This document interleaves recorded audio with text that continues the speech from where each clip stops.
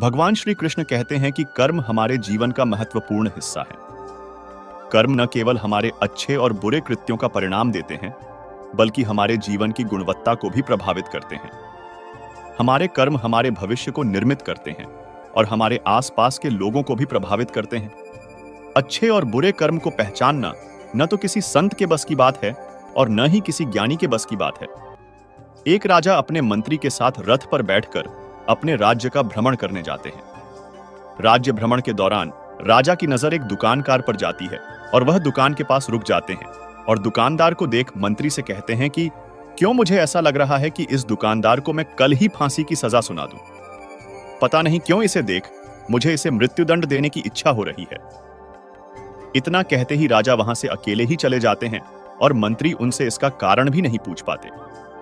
अगले दिन मंत्री अपना भेष बदलकर दुकानदार के पास साधारण मनुष्य की तरह जाते हैं। वह दुकानदार चंदन की लाठी बेचता था। मंत्री दुकानदार से इधर उधर की बात कर उससे काम और हालचाल पूछते हैं। दुकानदार कहता है, क्या बताऊं भाई, मेरा हाल बहुत बुरा चल रहा है।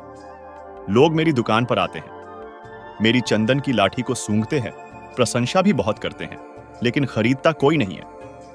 मैं बस इसी इंतजार में हूं कि कब हमारे राजा की मृत्यु हो जाए और उनके अंतिम संस्कार के लिए मेरे दुकान से खूब सारी चंदन की लाठियां बिक जाए। दुकानदार से इतना सुनते ही मंत्री को सारी बातें समझ में आने लगी। वह समझ गए कि आखिर क्यों राजा के मन में इस दुकानदार के प्रति नकारात्मक विचार थे। मंत्री ने दुकानदार की बात सुन उससे कुछ चंदन की लाठियां खरीद ली। लाठियों की बिक्री से दुकानदार भी खुश हो गया और तुरंत मंत्री को लाठियां दे दी। राजा के पास पहुंचकर मंत्री ने उनके कहा कि आप जिस दुकानदार को मृत्युदंड देने की सोच रहे थे, उसने आपके लिए भेंट स्वरूप चंदन की लाठियां भेजी है। यह सुनते ही राजा खुश हो गए और सोचने लगे कि बेवजह में उस बेचारे दुकानदार के बारे में बुरा सोच रहा था। राजा ने मंत्री से चंदन की लाठियां लेकर सूंघी, जिससे बहुत ही अच्छी सुगंध आ रही थी। राजा दुकानदार की लाठियों से खुश होकर उसके लिए कुछ सोने के सिक्के भिजवाता है। अगले दिन मंत्री दुकानदार के पास जाकर कहते हैं कि ये सिक्के तुम्हें राजा ने भेंट स्वरूप दिए हैं। दुकानदार सोने के सिक्के पाकर खुश हो जाता है और मन में सोचता है कि मैं कितना गलत था जो राजा की मृत्यु के बारे में सोचता था। वह तो कितने दयालु हैं। हमारे काम, भावनाएं और विचार ही हमारे कर्म हैं। हम अगर किसी के बारे में बुरा सोचते हैं तो हमारा भी बुरा ही होता है। हमारे शब्द ही हमारे कर्म हैं। हम जो काम कर रहे हैं वही हमारे कर्म हैं। जो हमारी भावनाएं हैं वही हमारे कर्म हैं। अगर हमने अपने विचारों पर नियंत्रण करना सीख लिया तो आप महान बन जाते हैं। जब आप अच्छा सोचते हैं तब आपके साथ अच्छा होता भी है। मित्रों, एक बार की बात है।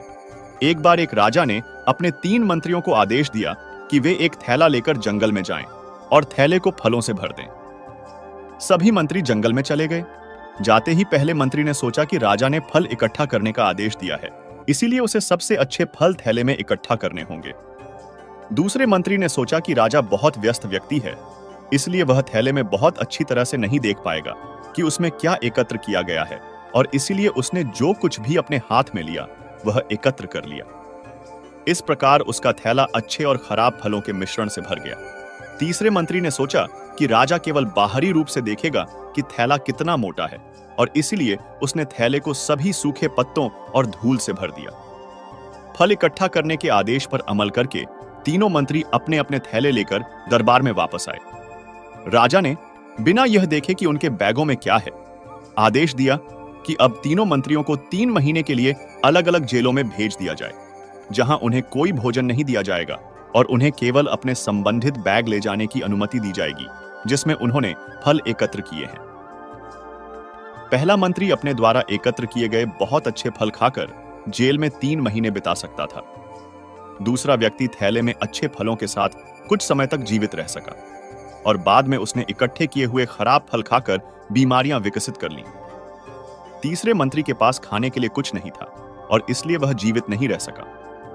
मित्रों, इस कहानी से हमें यह समझ आता है कि हमें अपनी गतिविधियों का परिणाम स्वयं ही भुगतना होता है। हम अपने कर्मों के बाद अपनी ही प्रतिक्रिया भुगतेंगे। हम जो भी कर्म करेंगे हमको उसका फल भोगना ही होगा। अच्छा और बुरा, हम जो भी कार्य करेंगे उसका फल हमें तुरंत मिलेगा। अगर हमने अच्छे कर्म किए हैं तो हमें अच्छा फल मिलेगा, और अगर हमने बुरे कर्म किए हैं तो हमें बुरे फल मिलेगा। तभी महाभारत में कहा गया है कि यथा धेनु सहस्रेषु वत्सो गच्छति मात्रम यत् च कृतम कर्म कर्तारम अपि गच्छति। हजारों गायों के बीच बछड़ा अपनी मां गाय को ढूंढ लेता है। इसी प्रकार हमारे पिछले कर्मों के परिणाम जब पूरी तरह पक जाएंगे तो हमें बिना असफलता के मिल जाएंगे। साधारण इंसान तो इसको जानता ही नहीं है। हर संत महात्मा, ज्ञानी और साधारण मनुष्य अपने निहित स्वार्थ के लिए बुरे कर्म को ही अपनी इच्छा अनुसार अच्छा बना लेता है। जिस प्रकार कर्ण, गुरु द्रोणाचार्य और कृपाचार्य ने अपने बुरे कर्म को और दुर्योधन के नमक के बदले अच्छे कर्म में बदलने की कोशिश की। बुरे कर्म वो कर्म होते हैं जिनको करने के बाद भय लगता है और रात को नींद नहीं आती है। उन कर्मों को करने के बाद आपको नकली आनंद की अनुभूति तो अवश्य होती है, लेकिन मन में भय रहता है। दोस्तों, मैं आपको हृदय से शुभकामनाएं देना चाहता हूं कि आप बहुत ही भाग्यशाली हैं, क्योंकि आपने भगवान श्री कृष्ण की प्रेरणा से ही श्रीमद् भगवद गीता के इस वीडियो को देखने का मन बनाया। मुझे पूरा विश्वास है कि इस वीडियो को पूरा अंत तक देखने और शांत मन से इसकी बातों को सुनने और समझने के बाद आपके विचारों और जीवन में बहुत ही सकारात्मक बदलाव आने वाले हैं। साथियों, मेरा खुद का अनुभव कहता है कि अगर आप इस बहुमूल्य ज्ञान का लाभ अधिक से अधिक लेना चाहते हैं तो इस गीता सार को पूरा अंत तक सुनें। हर रोज सुबह और रात को सोने से पहले जरूर सुनें और दूसरों को भी सुनाएं, क्योंकि जिस तरह खुशियां बांटने से मिलती है, उसी प्रकार इस ज्ञान को आप जितने ज्यादा लोगों के साथ शेयर करेंगे, उतना ही भगवान श्री कृष्ण की कृपा और इस गीता ज्ञान की ज्योति आपके जीवन में भी प्रकाश फैलाएगी। दोस्तों, भगवान श्री कृष्ण ने कहा है कि अच्छे कर्म वो होते हैं जिनको करने के बाद आपको न तो भय लगता है और रात को चैन और आनंद की नींद आती है। बुरे और अच्छे कर्मों का फैसला दो प्रकार से होता है। एक तो सरकार और समाज फैसला करता है और दूसरा भगवान फैसला करता है। जो फैसला समाज और सरकार करती है वो तो गलत भी हो सकता है, पर जो फैसला भगवान करता है वो कभी गलत नहीं होता है। बुरे कर्मों का आधार भूख, धन, स्त्री, जमीन, सत्ता, यश, ईर्ष्या और शक्ति मुख्य तौर पर होते हैं। इस सब की प्राप्ति लिए मनुष्य बुरे और अच्छे कर्म करता है। अगर आप भूख से मर रहे हैं तो आपको पेट भरने के लिए बुरे या अच्छे कर्म करने होंगे। अगर आपने किसी का भोजन छीना और खा लिया तो बुरा कर्म हो जाएगा। यह छीना हुआ भोजन आपकी आत्मा स्वीकार नहीं करेगी तथा यह बुरा कर्म आपके चित्त में संचित हो जाएगा। आप बुरे कर्म करके धन कमाते हो, जैसे आपने किसी का अपहरण किया, चोरी की, रिश्वत ली या डकैती डाली। ऐसा धन आपके बुरे कर्मों की श्रेणी में चला जाएगा। ऐसे धन से आपकी आत्मा डर जाएगी और हमेशा डर लगता रहेगा। सोचिए, आपकी जेब में 100 रुपए हैं और कोई भूखा आपसे 5 रुपए रोटी खाने के लिए मांगे और आप भविष्य का सोचकर उसे पैसे ना दें कि ये 5 रुपए तो आप अपनी बचत में शामिल कर सकते हैं, तो क्या होगा? ये तो कोई भी बता सकता है कि क्या होगा। आपका कर्म खराब होगा और इतना खराब होगा कि आप सोच भी नहीं सकते, क्योंकि सेवा और दान मनुष्य के जीवन के वो दो स्तंभ हैं जो उसकी आत्मा की शुद्धि के लिए बहुत जरूरी है। यह हमारी आत्मा को पवित्रता का अनुभव कराता है और हमें दूसरों के साथ साझा करने की भावना देता है। सेवा और दान से हम अच्छे कर्म करने का अवसर पाते हैं। सबसे ज्यादा बुरे कर्म तो स्त्री को लेकर ही होते हैं, क्योंकि स्त्री की आत्मा का संबंध तो सीधे सीधे आपके कर्म के साथ होता है। इसी प्रकार हम जमीन और जायदाद को लेकर बुरे कर्म करते हैं। दूसरे के मकान पर और जमीन को कब्जा कर लेते हैं। इसके कारण जो आत्मा की बद्दुआ लगती है वो भी बुरे कर्म के खाते में चली जाती है। इसी प्रकार सत्ता प्राप्ति के लिए हम जघन्य बुरे कर्म करते हैं। अपने निहित स्वार्थ के लिए लाखों लोगों की हत्या कर देते हैं या करवा देते हैं। इसी प्रकार हम अपने यश और शक्ति को ज्यादा करने के लिए दूसरे लोगों के यश और शक्ति को कुचलते हैं। अपने को हम श्रेष्ठ बताते हैं और दूसरों को नकारा या अज्ञानी बताते हैं। एक दूसरे के ज्ञान पर ईर्ष्या से अंधे होकर कटाक्ष करते हैं। ये सभी घोर और जघन्य बुरे कर्मों की श्रेणी में आते हैं। बुरे और अच्छे कर्म का निर्धारण करने के लिए आप महीने में सिर्फ एक बार ध्यान में, योग में, साधना में मरने की कल्पना करो कि मैं मर रहा हूं। जब आपको लगेगा कि मैं मर रहा हूं और मेरे प्राण निकलने वाले हैं, तो उस समय आपके 1 महीने के सभी बुरे कर्म और अच्छे कर्म आपके पास आ जाएंगे और आपकी चारपाई के चारों तरफ घेरा बना लेंगे। आपको चिल्ला चिल्ला कर बताएंगे कि क्या क्या बुरा कर्म किया है आपने इस महीने में, और मौत के वक्त आप बुरी तरह से उन बुरे और जघन्य कर्मों के डर से भयभीत हो जाएंगे। आपको मरने से डर लगेगा। इसी प्रकार आपके सभी अच्छे कर्म भी आपके चारों तरफ होंगे और बोल रहे होंगे, जाओ खुश होकर मरो। आपने दुनिया के लिए अच्छे कर्म किए हैं, आपको स्वर्ग मिलेगा और चैन से मृत्यु को प्राप्त करोगे। जब भय के कारण मृत्यु होती है तो आत्मा का जाने का रास्ता बुरे मार्ग से होता है, और जब प्रसन्न मुद्रा में मृत्यु होती है तो आत्मा का जाने रास्ता अच्छे मार्ग से होता है। अपने बुरे और अच्छे कर्मों का विश्लेषण रोजाना सोने से पहले अवश्य करना चाहिए। ऐसा करने से आपके जीवन में आनंद कूट कूट कर भर जाएगा। आप किसी की जान बचाने के लिए झूठ बोल रहे हैं तो वो झूठ बुरे कर्म की श्रेणी में नहीं आएगा, क्योंकि आपकी नीयत साफ थी। लेकिन अगर आप किसी का धन लूटने, उसे नीचा दिखाने या बदनाम करने की नीयत से झूठ बोल रहे हैं तो फौरन आपके कर्म खराब हो जाएंगे। कर्म को बेहतर बनाने का एक और तरीका है ध्यान का अभ्यास करना। ध्यान से हम अपने मन को शांत करते हैं और यह शांत मन हमें अच्छे निर्णय लेने में मदद करता है। यह हमें अपने कार्यों को सही तरीके के लिए प्रतिबद्ध करता है। मेडिटेशन करने वाले लोगों को अपने कार्यों में अक्सर सफलता मिलती है, क्योंकि वह एकाग्र मन से अपने काम करते हैं। ऐसे लोगों को छल कपट करने की जरूरत नहीं होती। ये लोग अपनी मेहनत और लगन से आगे जाते हैं। कई बार हम कुछ ऐसे कार्य करते हैं जो हम करना नहीं चाहते, पर वह पूर्व जन्म के कर्म के आधार पर निश्चित होते हैं, जिस कारणवश वह कार्य किसी न किसी माध्यम से पूर्ण हो ही जाता है। जैसे ही पूर्व जन्म का हमारा चक्र समाप्त हो जाता है, व्यक्ति को उसी समय मोक्ष की प्राप्ति हो जाती है। हमारे शास्त्रों में इस बात का उल्लेख मिलता है कि 84 लाख योनियों के बाद मनुष्य का जन्म प्राप्त होता है। साथ ही यह भी विशेष रूप से वर्णित किया गया है कि केवल मनुष्य योनि में ही जन्म और मृत्यु के चक्र से मुक्ति पाई जा सकती है। मनुष्य के कर्म का फल उसकी परिस्थिति और दैवीय शक्तियों द्वारा निर्धारित होता है। ऐसा कहा जाता है कि यदि अच्छे कर्म बुरे कर्म की तुलना में अधिक हैं, तो बुरे कर्मों का फल इसी जन्म में और अच्छे कर्मों का फल अगले जन्म में मिलना निर्धारित होगा। इसी तरह यदि मनुष्य द्वारा किए गए कर्म में बुरे कर्म अच्छे कर्मों की तुलना में अधिक हैं, तो इस जन्म में अच्छे कर्म भोगने होंगे, जबकि बुरे कर्मों को भोगने के लिए अगला जन्म निर्धारित होगा। मनुष्य को अपने घर परिवार की आवश्यकताओं का ध्यान रखना चाहिए।